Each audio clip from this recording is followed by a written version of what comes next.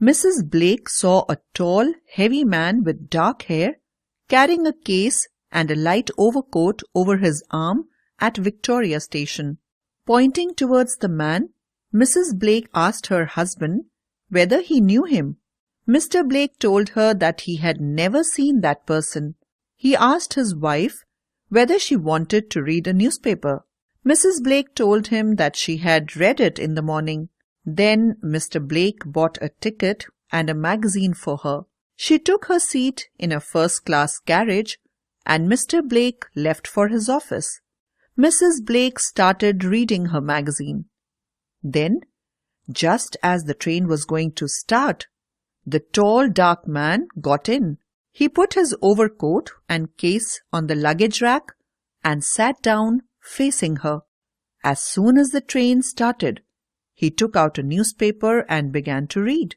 Mrs. Blake looked at him and suddenly she remembered she had seen the picture of this man in the morning newspaper.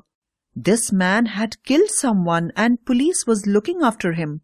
Now the man was sitting with her in an empty compartment of a train traveling at 60 miles an hour.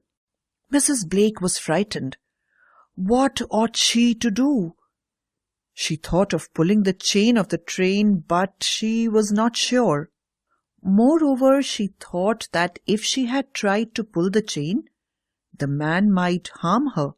The man was still reading the newspaper and she went on watching him over her magazine. After some time, the man put down his newspaper and looked out of the window. Mrs. Blake by then was very sure that he was the killer about whom she had read. She also remembered that the newspaper said that a killer always uses a knife. Suddenly she noticed that the man's hand moved towards the pocket of his coat and slowly he took out a knife. Carefully he opened the blade, a long blade, pointed at the end. Mrs. Blake wanted to jump to her feet and scream for help, but she was too frightened to move. Then she saw man's other hand move towards his pocket.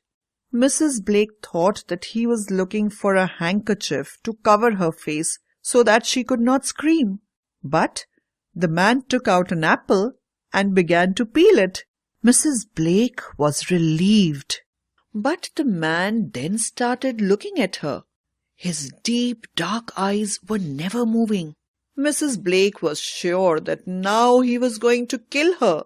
At that moment, the train began to slow down. The train stopped at Eastbourne and the man stood up. Mrs. Blake was sure that the man was a killer, for 2 policemen were waiting at the platform for him. As the man got down, the 2 policemen saluted him smartly and wished him good morning and called him Inspector. As soon as they walked away, Mrs. Blake took up the newspaper which was lying in the seat. On the front page there were 2 pictures, one of a small man with thin lips and another of the big dark man. She now knew so well.